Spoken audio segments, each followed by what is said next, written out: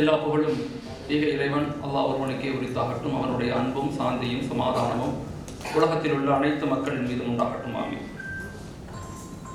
மாஷா அல்லாஹ், இன்னைக்கு சமூகத்துல பெரிய விழிப்புணர்வு ஏற்பட்டிருக்கு. எல்லா நிலை மக்களுமே நம்ம நாட்டை, நம்ம மண்ணை, நம்ம மக்களை, நம்முடைய வருங்கால சந்ததிகளை உயர்வான, ஒழுக்கமுள்ள, ஆளுமையுள்ள, கல்வியறிவுள்ள, சமூக சிந்தனையுள்ள, பொறுப்புள்ள இளம் சமூகத்தை உருவாக்கணும் அப்படிங்கிற ஒரு பெரிய தெளிவோடு, கவலையோடு, பெரும் விழிப்புணர்வோடு இன்னைக்கு உலகம் முழுக்க, இந்தியா முழுக்க, குறிப்பாக தமிழகத்தில் இந்த விழிப்புணர்வு எப்பொழுதுமே இருந்துகிட்டே இருக்கும். அதன் அடிப்படையில ஒரு சமூக கட்டமைப்பு உருவாக்கப்படணும், அடுத்த ஒரு தலைமுறை சிறந்த தலைமுறையாக உருவாக்கப்படணும் அப்படின்னு சொன்னா நிச்சயமாக ஒரு தலைமுறை தியாகம் செய்யணும். இங்க ஒரு சமூக கட்டமைப்பு ஒரு நாள்ல உருவாக்க முடியாது, ஒரு வருடத்துல உருவாக்க முடியாது. ஒரு சமூக கட்டமைப்பு உருவாக்கணும்னா குறைஞ்சது 10 வருஷம் ஆகும், அதிகபட்சம் 33 வருஷம் ஆகும். அதுவரையும் நீண்ட இலக்கு, தொடர் பயணம், கடின உழைப்பு, நேர்மறையான சிந்தனை அப்படிங்கிற ஒரு ஆழமான கருத்தியலை நோக்கி நாம் தொடர்படியாக, ஒற்றுமையாக, இணக்கமாக, அன்பாக பயணிப்பதை கொண்டே அடுத்த ஒரு தலைமுறையை வலிமையான, வளமான சமூகமாக உருவாக்க முடியும். நாம இந்த உலகத்துல வாழ்றதனுடைய மிக முக்கியமான சம்பாதிக்கிறது, கஷ்டப்படுறது எல்லாமே எதுக்குன்னா நம்முடைய ஜெனரேஷன் எப்படி உருவாக்கப்படுறாங்க.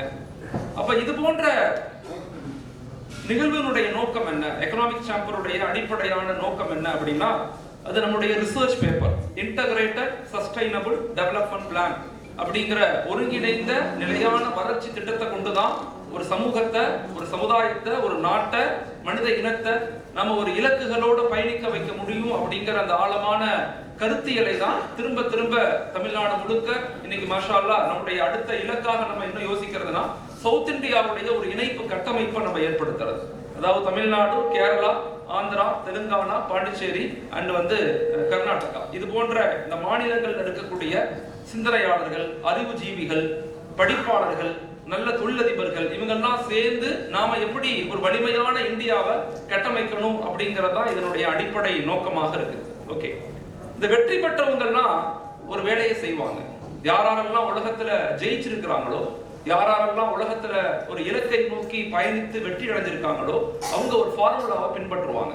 அந்த ஃபார்முலாவுக்கு பேர் என்னன்னு சொன்னா கோல்டன் ரேஷியோ ஃபார்முலான்னு சொல்லுவாங்க. அதுக்கு பேர் அப்படின்னா என்னன்னா, ஒரு வேலையை செய்யும் போது நாம இந்த வேலையை ஏன் செய்யறோம் அப்படிங்கிற தெளிவான பார்வை நமக்கு வேணும்.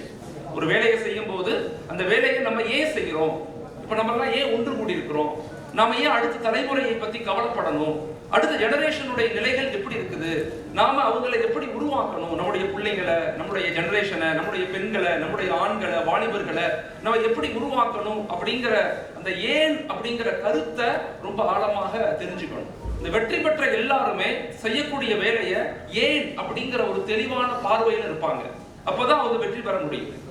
ஒரு அட்டென்ஷன் இல்ல, ஒரு கவனம் இல்ல நம்ம இடத்துல, இந்த வேலையை நம்ம ஏன் செய்யறோம் நமக்கு தெரியல அப்படின்னா நிச்சயமாக அந்த வேலையை வெற்றி பெற முடியாது. இரண்டாவதாக வெற்றி பெற்றவங்களுடைய ரகசியம் என்னன்னா, ஒரு வேலையை செய்யும் போது என்ன செய்யறோங்கிற பிளானை ரொம்ப அற்புதமாக திட்டமிட்டுவாங்க. நம்ம என்ன செய்ய போறோம், ஸ்டெப் 1 என்ன, ஸ்டெப் 2 என்ன, ஸ்டெப் 3 என்ன, ஸ்டெப் 4 என்ன அப்படின்னு தெளிவான பார்வை அவங்களுக்கு இருக்கும். மூணாவது, யார் மூலமாக செய்ய போறோம், இதை யார் மூலமாக நம்ம செய்யணும், யாரெல்லாம் நம்ம ஒன்றிணைக்கணும், நம்ம எல்லாம் வேற்றுமையில் ஒற்றுமைங்கிற ஆழமான கருத்தியலை மிக ஆழமாக நிலைநிறுத்திய ஒரு மிகப்பெரிய மண் தான் இந்த இந்திய மண். அப்ப இந்த மண்ணுல யாரெல்லாம் நம்ம ஒன்றிணைந்துதான் இந்த மனித இனத்தை, இந்த மக்களை, இந்த மரத்தை, இந்த செடியை, இந்த கொடிகளை, இருக்கக்கூடிய எல்லா ரிசோர்ஸையும் எப்படி பாதுகாக்கணும், நம்ம எல்லாரும் ஒன்றிணைந்தாதான் பாதுகாக்க முடியும். நாலாவது, இதை எப்படி செய்யணும், யார் மூலமா செய்யணும், நாலாவது எப்படி செய்யணும், வாட் இஸ் தி மெத்தடாலஜி, இதை எப்படி போய் செயல் வடிவத்துல கொண்டு வரணும். எல்லாத்துக்கும் ஆசைகள் இருக்கும், எல்லாரும் யோசிப்போம், எல்லாரும் அதற்காக கவலைப்படுவோம். நம்ம இந்தியாவில, நம்ம நாட்டுல ஒற்றுமை குறைஞ்சு போகுது, நம்ம எல்லாம் பலகீனமாக இருக்கிறோம், நம்முடைய வருங்கால சந்ததிகள் உலகத்தினுடைய டெக்னாலஜிக்குள்ள மாட்டிக்கிட்டே இருக்கிறாங்க, அவங்களெல்லாம் எப்படி மீட்டெடுக்கணும்னு யோசிப்போம். ஆனா அதை இம்ப்ளிமெண்டேஷன் பண்ண முடியுமான்னா பண்ண முடியாது. இதை எப்படி செய்யணுங்கிற மெத்தடாலஜி சில நேரங்களில் நமக்கு தெரியாது. அப்ப அதனால இந்த அடிப்படை கூட்டங்கள், இந்த எக்கனாமிக் சாம்பர், தமிழ்நாடு முழுக்க இருக்கக்கூடிய கட்டமைப்புகள் எல்லாம் ஏன் செய்யறோம் அப்படின்னா முதலாவது காரணம் என்னன்னா, இந்த காரணத்தை நம்ம விளங்கினாதான் இந்த கூட்டத்தினுடைய நோக்கம் நமக்கு புரியும், இல்லைன்னா புரியாது. ஒன்றாவது, நம்முடைய ஜெனரேஷன், அடுத்த தலைமுறை 2 விதமான ப்ராப்ளத்துக்குள்ள இருக்கிறாங்க. ஒன்று, இந்த உலகத்தினுடைய இன்பத்துல மூழ்கிறாங்க. கல்ச்சரலி அவங்க பாதிக்கப்படுறாங்க, கலாச்சார ரீதியாக அவங்க பாதிக்கப்பட்டு கொண்டிருக்கிறாங்க. இன்னைக்கு போதை வஸ்துக்கள் ரொம்ப சர்வசாதாரணமாக இயங்கப்படுது. தமிழகத்துல 24% இளைஞர்கள் போதை வஸ்துக்கள் பயன்படுத்துறாங்கன்னு ஆய்வுகள் சொல்லுது. எப்படி அந்த இளைஞர்களை மீட்டெடுக்க போறோம்? பெண்கள் கல்ச்சரலி சோசியல் மீடியால மூழ்கி கொண்டே இருக்கிறாங்க. அவங்களை எப்படி நம்ம மீட்டெடுக்க போறோம்? இப்ப கல்ச்சரலி ஆண்களும் பெண்களும் சமூகத்துல பாதிச்சு அடைஞ்சுக்கிட்டு இருக்காங்க. இவங்களை நம்ம அந்த நிலையிலிருந்து நம்ம பாதுகாக்கல, வெளியே எடுக்கலன்னு சொன்னா நிச்சயமாக ஒரு சமூக கட்டமைப்பு உருவாக்க முடியாது. 2ஆம் உலக போருக்கு பின்னாடி 1939 இருந்து 44 வரைக்கும் 2ஆம் உலக போர் நடந்துச்சு. இந்த 2ஆம் உலக போர்ல 3 நாடுகள் வீழ்ந்து போச்சு. ஒன்று சைனா, 2வது ஜப்பான், 3வது ஜெர்மனி. இந்த 3 நாடுகளுமே எந்திரிக்காது அப்படிங்கிற சூழ்நிலைகள்ல தான் உலக நாடுகள்லாம் கட்டுரைகள், மிகப்பெரிய ஆய்வுகள்லாம் வெளியானுச்சு. ஆனா 1972 வரைக்கும் இந்தியாவும் சைனாவும் ஒரே மாதிரி தான் இருந்துச்சு. இந்தியாவும் ஜப்பானும் ஒரே நிலையில தான் இருந்தாங்க. இந்தியாவும் ஜெர்மனியும் ஒரே நிலையில தான் இருந்துச்சு. பெர் கேபிட்டா இன்கம், ஜிடிபியா இருக்கட்டும், வறுமை ஓட்டு பலிப்பு கீழே இருக்கக்கூடிய பிலோ பாவர்ட்டி லைனா இருக்கட்டும், எல்லாமே ஒரே நிலையில தான் இருந்துச்சு. ஆனா 1972க்கு பிறகு இந்தியாவை விட 10 மடங்கு 15 மடங்கு அந்த நாடுகள் எல்லாம் வளர்ந்து நிக்குது. அதுக்கு காரணம் என்னன்னா, அடுத்த தலைமுறைகளை அவங்க வலிமையாக உருவாக்குனாங்க. கல்ச்சரலி ஒரு சமூக கட்டமைப்பு உருவாக்குனாங்க. உதாரணத்துக்கு சைனாவில் பிரிட்டிஷ் பிடிக்கும் போது அபின் வார் அப்படின்னு நடந்துச்சு. இந்தியாவில் கொல்கட்டாவில் ஹச்சன் பிரபு அப்படிங்கிறவன் முழுக்க போதை வஸ்துக்களை விதைய வச்சு அந்த விதைகளை கொண்டு போய் சைனாவில் வித்து கிட்டத்தட்ட 26% இளைஞர்கள் போதைக்கு அடிமைகளாக மாற்றப்பட்டாங்க. அதுல இருந்தெல்லாம் அவங்க மீண்டு இன்னைக்கு இந்தியாவை விட உலக நாடுகள்ல மிகப்பெரிய வல்லரசாக, வலிமையாக, கண்டுபிடிப்புகள்ல, ஆற்றல்கள்ல, எனர்ஜியில எல்லாத்தையும் டெவலப் ஆகி நிற்கிறாங்கன்னா அதுக்கு முழுக்க காரணம் அடுத்த தலைமுறைகளை வலிமையாக அவங்க உருவாக்குனாங்க. ராமநாதபுரம் மாவட்டம் ஒரு நல்ல மாவட்டம். இது ஒரு ஆன்மீக பூமி. 2 பக்கத்துமே ஆன்மீக பூமி. இஸ்லாமிய மக்களுக்கும் இங்க ஆன்மீக கட்டமைப்புகள் இருக்கு. நம்முடைய சகோதர தொப்புள் கொடி உறவுகள் இந்து சமூகத்துக்கும் மிகப்பெரிய ஆன்மீக பூமி இது. ஆனா இந்த பூமியினுடைய நிலைமைகள் எப்படி இருக்குது, இங்க இருக்கக்கூடிய இளைஞர்கள் எப்படி இருக்கிறாங்க, இவங்களுடைய நிலைகள் எப்படி இருக்குது அப்படிங்கறத ரொம்ப ஆழமாக பார்க்கணும். நான் ஒரு பெரிய முக்கியமான நபரை இங்க நான் சந்திச்சேன். அவர் வருத்தப்பட்டு சொன்னாரு, மோரனா உண்மைதான், இங்க இருக்கக்கூடிய டிவோர்ஸ் உடைய கேஸ் அதிகரிச்சுக்கிட்டே போகுது. இங்க இருக்கக்கூடிய டிவோர்ஸ், சிங்கிள் பேரண்ட் இங்க அதிகரிச்சுக்கிட்டே போறாங்க. அதனுடைய விளைவுகள் இன்னும் மோசமானதாக போகும். அதை பத்தி எல்லாம் சுமையா மேடம் பேசுவாங்க. மிக முக்கியமான பகுதி, பெண்களை சமூகத்துல கட்டமைக்கலன்னா சமூக கட்டமைப்பை ஏற்படுத்த முடியாது. அப்ப கல்ச்சரலி சமூகம் பாதிக்குது, அதுல இருந்து மீட்டெடுக்கணும். 2வது மிக முக்கியமான ப்ராப்ளம், நம்ம எதிர்கொள்ளக்கூடிய மிக முக்கியமான ஒரு பிரச்சனை என்னன்னா, நம்ம சமூகம் எதிர்கொள்ளக்கூடிய பிரச்சனை என்னன்னா ஒழுக்க ரீதியான பாதிப்பு. மாரல் எஜுகேஷன், எத்திக்கல் ரொம்ப குறைஞ்சு போச்சு. உலகத்துல தமிழ் மொழி ஒழுக்கத்தை பத்தி பேசுவதை போல உலகத்துல எந்த மொழியும் ஒழுக்கத்தை பத்தி பேசாது. தொல்காப்பியம் மிக அழகாக சொல்லும், வாட் இஸ் எஜுகேஷன்? கல்வி அறிவாகி, அறிவு ஒழுக்கமாகி, ஒழுக்கம் அன்பாகி, அன்பு அரணாகி, அரண் அருளாக வேண்டும். that is called education. Tamil இலக்கியங்கள் அவ்வளவு அழகாக ஒழுக்கத்தை பத்தி, மாரலை பத்தி, எதிக்ஸை பத்தி, அறத்தை பத்தி நிறைய பேசுது. ஆனா நாம வருங்கால சந்ததிகளை அந்த ஒழுக்கத்தோடு அந்த அறத்தோடு உருவாக்குறோமா அப்படிங்கறத நம்ம யோசிக்கணும்.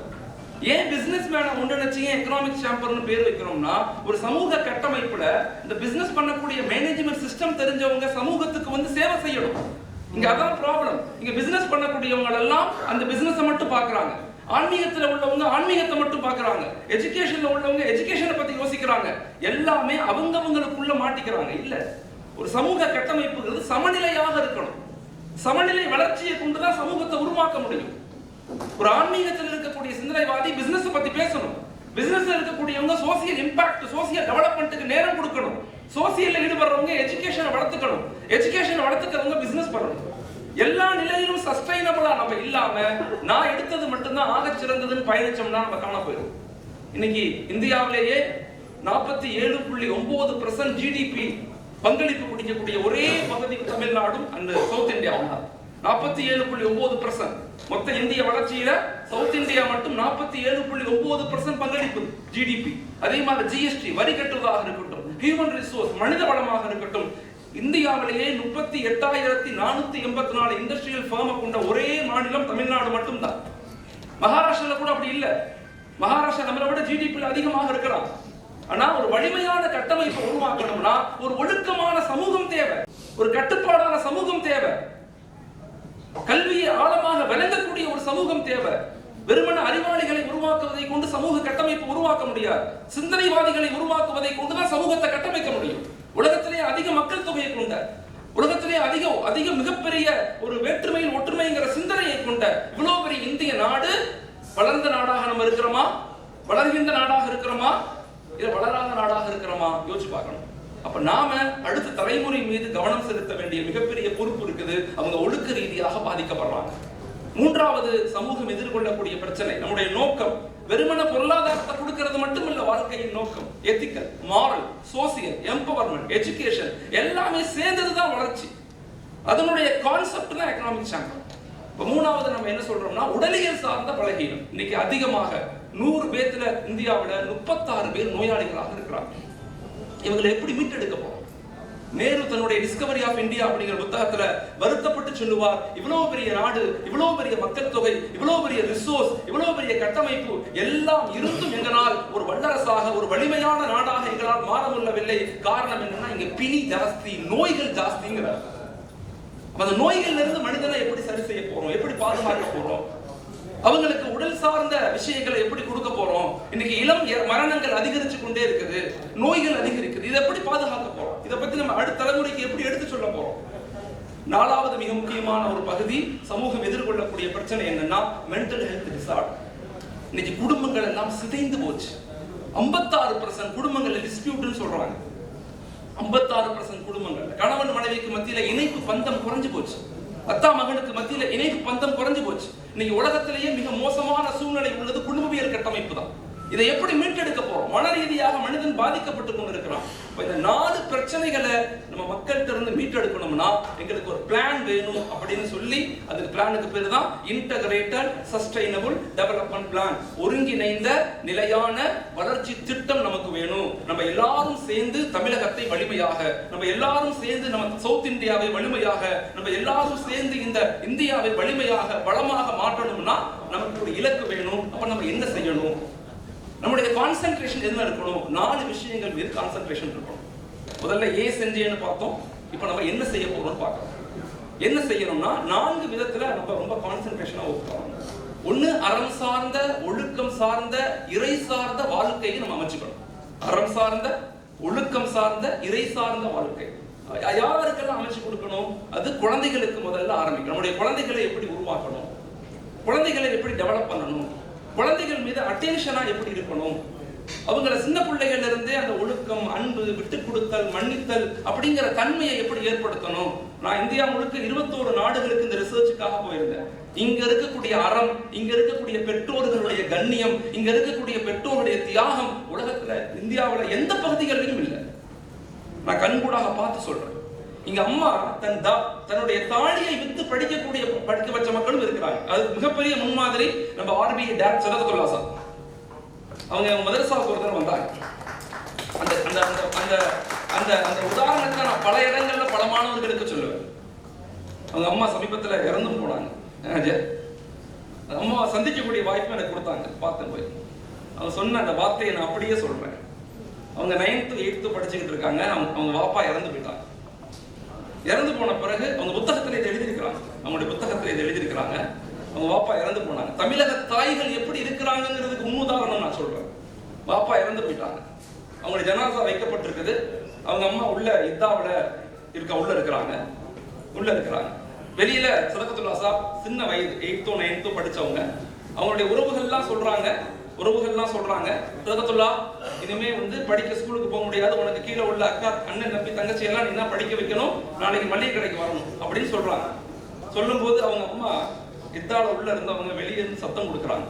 சதகத்துல்லா எந்த காரணத்தை கொண்டு நீ படிப்பு நிப்பாட்டக்கூடாது, எனக்கு ஒரு கொஞ்ச நாள் டைம் கொடு. அந்த புத்தகத்தில் அப்படியே எழுதியிருக்காங்க, கொஞ்ச நாள் டைம் கொடு, என் இத்தாவுடைய காலம் முடிந்த பிறகு என் உயிரை கொடுத்தாவது நான் அவனை படிக்க வைப்பேன் அப்படின்னு சொல்ல மட்டும் இல்ல, தன் வாழ்க்கையை அர்ப்பணிச்சாங்க. யூபிஎஸ்சி எழுதி பாஸ் பண்ணாங்க, ஆர்பிஐல பாஸ் பண்ணாங்க. இன்னைக்கு இந்தியாவில் ஒரு முஸ்லீம் ரீஜனல் டைரக்டர், ஆர்பிஐல டைரக்டரா இருந்த ஒரே நபர் அவங்க மட்டும்தான். மிகச்சிறந்த ஒரு சிந்தனையாளர். அரபு நாடுகளுக்கு பேங்கிங் விஷயமா எல்லா நாடுகளுக்கும் போறாங்க. எக்கனாமிக்ஸ்ல நிறைய கட்டுரைகள், ஆய்வுகள் எழுதியிருக்கிறாங்க. அவங்க நிறைய கருத்துக்கள் எழுதிக்கிட்டே இருப்பாங்க. யார் சொன்னாங்கன்னு இல்ல, என்ன சொல்றாங்கன்னு எழுதி வச்சுக்கிட்டே இருப்பாங்க. அவ்வளவு பெரிய ஒரு கல்வியாளர். இப்ப உதாரணம் என்னன்னா, எதுக்கு சொல்றேன்னா, தாய்மார்கள் உங்க பிள்ளைங்களை வலிமையாக உருவாக்குங்க, இணக்கத்தோடு உருவாக்குங்க, அன்புகளாக உருவாக்குங்க. தமிழ் இலக்கியம் அழகாக சொல்லும், அறிவுள்ள உள்ளமே அருளுள்ள உள்ளம், அறிவுள்ள உள்ளம் அருளுள்ள உள்ளம், அருளுள்ள உள்ளம் பணிவுள்ள உள்ளம், அருளுள்ள உள்ளம் பணிவுள்ள உள்ளம், பணிவுள்ள உள்ளம் பண்புள்ள உள்ளம், பண்புள்ள உள்ளமே அன்புள்ள உள்ளம், அன்புள்ள உள்ளமே இறை உள்ள உண்பம்னு சொல்றோம். இது ஆழமான ஒரு சிந்தனை. இதெல்லாம் நம்முடைய குழந்தைகளுக்கு, நம்முடைய வருங்கால சந்ததிகளுக்கு நம்ம சொல்லிக் கொடுக்க வேண்டிய பொறுப்பு. அதே மாதிரி பெண் குழந்தைகளை நல்ல உருவாக்குங்க, சமூகத்தினுடைய கட்டமைப்பை புரிதலோடு உருவாக்க முயற்சி செய்யுங்க. படிப்பு என்பது உரிமைகளை அடைவது மட்டுமல்ல, பெண் குழந்தைகளுக்கு சொல்லிக் கொடுங்க. நான் படிச்சுட்டா தனிமையில வாழ்ந்துருவேன், எனக்கு கணவன் தேவையில்லை, நான் தனியா இருப்பேங்கிற உணர்வு இன்னைக்கு பெண் குழந்தைகளுக்கு மத்தியில் உருவாக்கப்படுது. சோசியல் மீடியா மூலமாக சொல்லிக் கொடுங்க. இல்ல, படிப்பு என்பது அது உரிமையை அறிவதற்கு மட்டுமல்ல, கடமையை வழங்கி பொறுப்புகளை வழங்குவதற்கு. படிப்பு என்பது உரிமைகளை அறிந்த சுதந்திரமாக இருப்பேன் இல்ல. The education should lead to conscious, not a freedom. கல்வி என்பது பண்பையும் அறிவையும் பணிவையும் ஒழுக்கத்தையும் கொடுக்கணுமே தவிர, கல்வி என்பது சுதந்திரத்தை கொடுத்துடக்கூடாது. எப்படி வேணாலும் ட்ரெஸ் போடுவேன், நான் எப்படி வேணாலும் பேசுவேன், நான் எப்படி வேணாலும் இருந்துக்குவேன் அப்படிங்கிற கட்டுப்பாடற்ற வாழ்க்கையை கல்வி கொடுத்துடக்கூடாது. அது ஆழமாக பெண் குழந்தைகளுக்கு சொல்லணும். பெண் குழந்தைகள் சமூகத்தின் அச்சாணிகள். என்னதான் ஆண்கள் எவ்வளவு நேரம் பேசினாலும் ஒரு பெண்ணுடைய மடிதான் ஒரு குழந்தையின் முதல் பள்ளிக்கூடம். அதை ரொம்ப ஆழமாக நம்ம விளங்கிக்கணும், அதை ரொம்ப ஆழமாக நம்ம விளங்கிக்கணும். அதனால அதிகமாக பெண்கள் மீது கவனம் செலுத்துங்க. அப்ப குழந்தைகள், பெண்கள், வாலிபர்கள், குடும்பங்கள் மீது கவனம் செலுத்துவது இது முதல் திட்டம். இரண்டாவது திட்டம், நம்முடைய திட்டம் என்னன்னா சோசியல் எம்பவர்மெண்ட், சமூக கட்டமைப்புகள் மீது கவனம் செலுத்தணும். நம்ம ஊர்ல எத்தனை குளங்கள் வெட்டி இருக்கிறோம், எவ்வளவு நம்முடைய தெருக்கள்ல ஓடக்கூடிய சாக்கடைகளை எப்படி சரி செஞ்சிருக்கிறோம். எல்லாத்தையுமே அரச முன்னோக்கி அரசு செய்யுங்கிறத நகர்ந்த விட்டுட்டு, நாம நம்முடைய தெருவை, நாம நம்முடைய ஊரை, நாம நம்முடைய வில்லேஜ, நாம நம்முடைய தாலுக்க, மண்டலத்தை, டிஸ்ட்ரிக்ட எப்படி வலிமையாக மாற்றணும்னு யோசிக்கக்கூடிய சமூகம் இன்னைக்கு தேவை. அதனுடைய வெளிப்பாடுதான் சமூக கட்டமைப்பு. உண்மையை சொல்ல போனா, நீங்க ஆழமாக சோசியாலஜியுடைய பாடத்தை படிச்சீங்கன்னா, அரசு சமூகத்துக்கு உதவி செய்யறது அப்படிங்கிறது ஒரு பகுதி. இன்னொரு பகுதி, சமூகம் எப்ப சமூகத்தை கட்டமைக்கணும்னு யோசிக்கதோ அந்த சமூகம் மட்டும்தான் வளர்ச்சியான சமூகமாக மாறும். அதுதான் தமிழ்நாடு. மற்ற எல்லா மாநிலங்களை விட ஏன் தமிழ்நாடு வித்தியாசமாக இருக்குது? ஏன் வேற்றுமையில் ஒற்றுமை, அன்பு, பரஸ்பரம் விட்டு கொடுத்தல் எல்லாமே இங்க அதிகமாக இருக்குன்னா, இங்க குடும்பங்கள்ல இருந்து அது கட்டமைக்கப்படுது. சோசியல் எம்பவர்மெண்ட்ங்கிற சிந்தனை கொடுக்கப்படுது.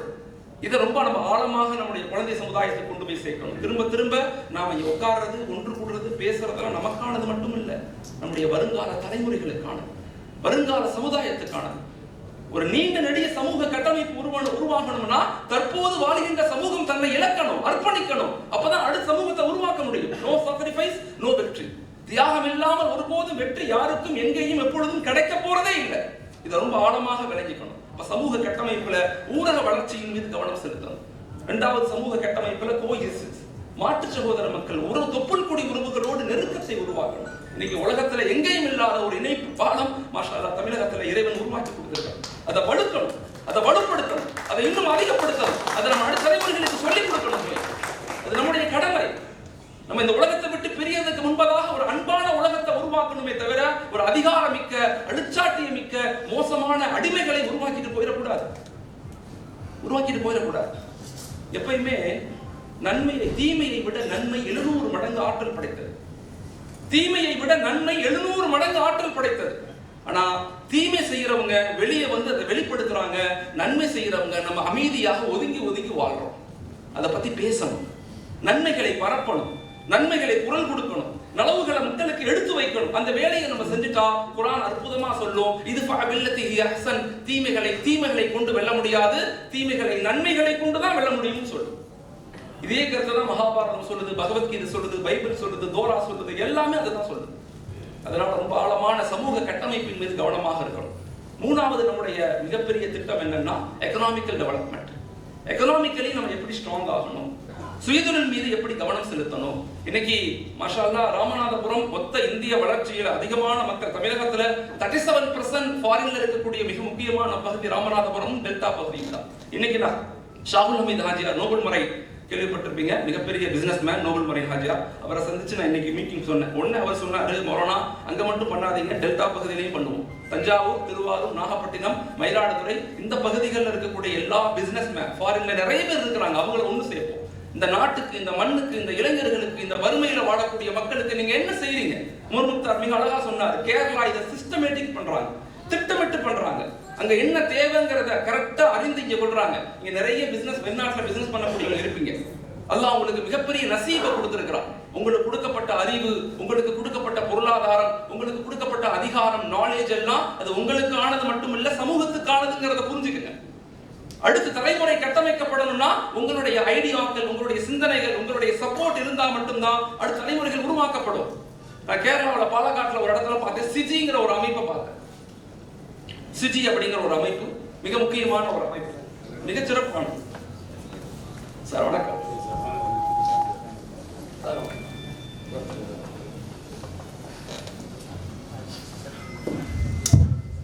அந்த அமைப்பு என்ன செய்யறாங்கன்னா அந்த நாட்டில், அந்த கேரளாவில் இருக்கக்கூடிய இளைஞர்கள் யாரெல்லாம் வெளிநாடுகளுக்கு போறாங்களோ, யாரெல்லாம் ஃபாரினுக்கு போறாங்களோ அவங்களை அழைப்பு கொடுத்து பயிற்சி கொடுக்குறாங்க. நீ என்ன துறைக்கு போற, நீ அட்மினா போறியா, மேனேஜ்மெண்ட்ல போறியா, எதுக்கு போறன்னு பயிற்சி கொடுக்குறாங்க. சோ சமூக கட்டமைப்புல, ஒரு நாட்டினுடைய வளர்ச்சியில, ஒரு மண்ணினுடைய வளர்ச்சியில, ஒரு தேசத்தினுடைய வளர்ச்சியில ஆன்மீக ரீதியா, ஒழுக்கம் ரீதியாக கட்டமைக்கணும். இரண்டாவது சமூக ரீதியாக ஒரு பயணம் செய்யணும், டெவலப் பண்ணணும். மூணாவது எக்கனாமிக்கலி நம்ம ஸ்ட்ராங் செய்யணும். எக்கனாமிக்கலி சமூகத்தை எப்படி கட்டமைக்கணும், குறிப்பாக எக்கனாமிக்கல் டெவலப்மெண்ட் நம்ம என்ன செய்யறோம்னா 4 விஷயங்களை செய்யறோம். ஒன்னு, கனெக்ட் த பீப்புள், மக்களுக்கு மத்தியில கனெக்ஷன்ஸ் ஏற்படுத்துறோம். இது ரொம்ப ரொம்ப இம்பார்ட்டன்ட். நான் சென்னைக்கு வரும்போது ரொம்ப கத்துக்கிட்ட ஒரு விஷயம் என்னன்னா கனெக்ஷன் தான். எந்த அளவுக்கு நம்ம கனெக்ஷன்ஸ் அதிகப்படுத்துறோமோ அந்த அளவுக்கு நம்ம நாலேஜை இம்ப்ரூவ் பண்ண முடியும். ரெண்டாவது கம்யூனிகேஷன், தொடர்ந்து பேசணும், தொடர்ந்து சமூகத்துக்கு பயிற்சி கொடுக்கணும். இளைஞர்களுக்கு ட்ரெயின் த ட்ரெய்னர். இந்த நேரத்தில் நாங்கள் ஈரோட்ல டிஎன் சார்பாக ஒரு ப்ரோக்ராம் பண்ணியிருந்தோம். டிஎன் ஸ்கில் சார்பாக கிட்டத்தட்ட 250 முக்கியமான ஆண்டர்பிரனர் வந்து கலந்துக்கிட்டாங்க. இம்போர்ட் எக்ஸ்போர்ட் எப்படி பண்ணணும், எந்தெந்த நாடுகள்ல பண்ணணும், எந்தெந்த நாடுகள்ல என்னென்ன தேவைகள் இருக்கு, சைனா எப்படி வளர்ந்தாங்க, ஜப்பான் எப்படி வளர்ந்துச்சு, ஜெர்மனி எப்படி உருவானுச்சு, நம்முடைய வளர்ச்சி திட்டம் எல்லாம் வளர்ந்த நாடுகளை மையப்படுத்தி இளைஞர்கள் எப்படி கட்டமைக்கப்படுறாங்க, எப்படி பயிற்சிகள் கொடுக்கப்படுறாங்க, அதுக்கு என்னென்ன தேவைகள் இருக்குது அப்படிங்கறத தொடர்படியாக நம்ம செய்யணும். நம்ம தமிழகம், நம்ம தமிழ்நாடு மிக அற்புதமாக இருக்கு, திட்டங்களை வகுத்து கொடுக்குறாங்க. சமீபத்தில் ராணிப்பேட்டை எக்கனாமிக் சேம்பர் அவங்க ஒரு அற்புதமான ப்ரோக்ராம் ஒன்று பண்ணாங்க. மாஷா அல்லாஹ். கிட்டத்தட்ட 180 பெண்களுக்கு டிஎன் ஸ்கில் அது மூலமாக வேலை வாய்ப்பு ஒன்று உருவாக்கி கவர்மெண்டே பயிற்சி கொடுத்து அந்த பெண்களுக்கு அவங்களே யூனிட் ஃபார்ம் பண்ணி ஒரு விழா நடத்துறாங்க. அதுல பக்கத்துல உள்ள கேஹெச் குரூப், ஃபரிதா குரூப் அப்படி நிறைய குரூப்புகள் வந்தாங்க. அவங்க எல்லாம் பெரிய பெரிய தோல் ஃபேக்டரிஸ் வச்சிருக்காங்க. அப்ப நாம அவங்கள்ட்ட ஒரு ரிக்வெஸ்ட் பண்ணோம். இந்த கிராமம் கல்மேல் குப்பம்னு ஒரு சின்ன கிராமம், அந்த கிராமத்துல அந்த ஃபரிதாங்கிற குரூப் பெரிய யூனிட் ஃபார்ம் பண்ணி அந்த 150 பெண்களுக்கு வேலை வாய்ப்பு அரேஞ்ச் பண்ணி கொடுத்துருக்காங்க. எப்ப நாம ஒரு முயற்சியை செய்யறோமோ, எப்ப நாம ஒரு இலக்கை நோக்கி நகர்றோமோ, எப்ப நம்ம தொடர்படியாக சிந்தனைகளை பகிர்றோமோ, அப்பயே ஒரு வலிமையான சமூக கட்டமைப்பை நம்மளால உருவாக்க முடியும். அதனால ட்ரைனிங் அப்படிங்கிறது மிக முக்கியமானது. மூணாவது பிசினஸ் கிளினிக் அப்படிங்கறத நாங்க உருவாக்குறோம். தமிழ்நாடு முழுக்க சிறப்பாக மதுரை சாம்பர் வந்திருக்காங்க, ரொம்ப சிறப்பா அவங்க செய்யறாங்க. மதுரை சாம்பர் என்ன செய்யறாங்கன்னு சொன்னா மாஷா அல்லாஹ், யாரெல்லாம் பிசினஸ் பண்ண ஆரம்பிக்கிறாங்க, என்ன பிசினஸ் பண்ணணும், எப்படி பண்ணணும், அதுல ஜிஎஸ்டி எப்படி இருக்கணும், கவர்மெண்டோட எப்படி இணைந்து பயணிக்கணும். நம்முடைய முதல் வெண்டார் யாருன்னா பிசினஸ் டெவலப்மெண்ட் கவர்மெண்ட் தான். கவர்மெண்டோட நம்ம எப்படி இணைந்து சரியாக கொண்டு போகணும் அப்படிங்கறதெல்லாம் பிசினஸ் கிளினிக்னு ஒரு ஃபார்மேஷன் பண்ணி மிகச்சிறப்பாக அதை செயல்படுத்துறாங்க. நாலாவது ஹலால் ஃபண்டிங். முக்கியமாக எல்லா இளைஞர்களுக்கும் ஸ்டார்ட் அப் பிசினஸ். மாஷா இதுவரையும் 182 ஸ்டார்ட் அப் பிசினஸ் நம்ம ஆரம்பிச்சிருக்கோம் தமிழ்நாடு முழுக்க. டிஎன் ஸ்டார்ட் அப்போட சேர்ந்து பெரிய ஒரு இலக்கோடு சேர்ந்து தொடர்ந்து எல்லா டிஸ்ட்ரிக்ட்லயுமே இதை கொண்டு வந்துகிட்டே இருக்கும். அப்ப ராமநாதபுரம் மாவட்டம் இதை மையமாக விளங்கணும். அப்ப அறம் சார்ந்த, ஒழுக்கம் சார்ந்த, இறை சார்ந்த வாழ்வியல், சமூகம் கட்டமைப்பு, பொருளாதார கட்டமைப்பு, நாலாவது நம்முடைய திட்டம் எஜுகேஷனாக வலுவாக மாறணும். அதிகாரத்துல உரிமைகளை அடையக்கூடிய, கலாச்சாரங்களை பாதுகாக்கக்கூடிய கட்டமைப்பு வேணும் அப்படின்னா முழுக்க முழுக்க கல்வியில் வலிமையான சமூகத்தை உருவாக்கணும். 4 நிலைகள்ல தமிழகம் முழுக்க கல்வி திட்டத்தை நம்ம அமல்படுத்துறோம். மாஷா அல்லாஹ். ஒன்று, அதிகார வாய்ப்பு கல்வி முறை. நம்முடைய வருங்கால சந்ததிகளை, குழந்தைகளை அதிகார வாய்ப்பு கல்வி முறையில எப்படி கொண்டு வர்றது, அது ஸ்டேட் லெவல்ல, சென்டர் லெவல்ல எப்படி இணைச்சு கொண்டு போறது. ஏன்னா ஒரு நாடுங்கிறது 4 தூண்களை கொண்டுதான் அமைக்கப்பட்டிருக்கு. நமது இந்தியா உலகம் முழுக்க இருக்கக்கூடிய எல்லா நாடுகளுமே இந்த 4 தூண்களை கொண்டுதான் அமைக்கப்பட்டிருக்கு. ஒன்னு அட்மினிஸ்ட்ரேஷன் சிஸ்டம், அதுல நம்முடைய மாணவர்களை, வருங்கால தலைமுறைகளை, நம்ம சந்ததிகளை எப்படி கொண்டு போய் சேர்க்கணும். இரண்டாவது மிக முக்கியமான ஒரு தூண் அப்படிங்கிறது ஜுடிஷியரி, நீதித்துறை. அதுல எப்படி போறது, அதுல எப்படி போய் நிக்கிறது, அதுல எப்படி நம்மளுடைய பிள்ளைங்களை கொண்டு போய் சேர்க்கணும். மூணாவது ஒரு நாட்டினுடைய வளர்ச்சி தூண் என்னன்னா மீடியா, ஜெர்னலிசம். நாலாவது டிஃபென்ஸ், பாதுகாப்புத்துறை. இந்த 4 துறைகள்லையும் தான் இந்த நாடு நிற்கிது, 4 தூண்களாக. இந்த 4 நிலைகள்லையும் நம்முடைய குழந்தைகளை எப்படி கொண்டு போய் சேர்க்கணும். இனிமே நாங்க முஸ்லீம் கம்யூனிட்டி வளர்ச்சி, இந்துக்கள் கம்யூனிட்டி வளர்ச்சின்னு பேசக்கூடாது. நம்ம பேசுறதெல்லாம் நாட்டு வளர்ச்சி, நாட்டு பாதுகாப்பு, நாட்டு உருவாக்கம் அப்படிங்கிற ஒரு ஆழமான கருத்தியலை நோக்கி நகர்ந்து உலகத்திலேயே ஆகச்சிறந்த வேற்றுமையில் ஒற்றுமைங்கிற கருத்துடைய இந்த நாட்டை சரியான முறையில நம்முடைய வருங்கால சந்ததிகளுக்கு கொண்டு போய் சேர்க்கணும். அது நம்ம எல்லாத்துடைய கடமை. இது யார் அதிகமா செய்யணும், இதுல கான்சென்ட்ரேஷன் யாருக்கு வேணும்னா, இங்க வந்திருக்கிற பிசினஸ் மேன். நீங்க எல்லாம் மாஷாஅல்லாஹ் ஒரு 100 பேத்துக்கு மேல ஃபாரின்ல பிசினஸ் பண்றவங்க இங்க வந்திருக்கிறீங்க. இது உங்க நாடு, இது உங்கள் மண், இது உங்கள் மக்கள், இது உங்கள் ஜெனரேஷன். இவங்களுடைய வலிமையான கட்டமைப்புக்கு உருவாக்கத்துக்கு நீங்க எப்படி பங்களிக்க போறீங்க? உங்க சிந்தனை ரீதியாக, உங்களுடைய ஐடியாலஜிக்கல, உங்களுடைய கருத்தியல, உங்களுடைய வேலைவாய்ப்பு திட்டத்தை எல்லாத்தையும் ஷேர் செஞ்சு ராமநாதபுரம் மாவட்டத்தை ஒரு முன்மாதிரி மாவட்டமாக உருவாக்குறதுக்கு நம்ம எல்லாரும் சேர்ந்து முயற்சி செய்வோம். இறைவன் அருள் புரியட்டும். ஜஸாக்குமுல்லாஹ். அஸ்ஸலாமு அலைக்கும் வரஹ்மத்துல்லாஹி வபரகாத்துஹு. நன்றி.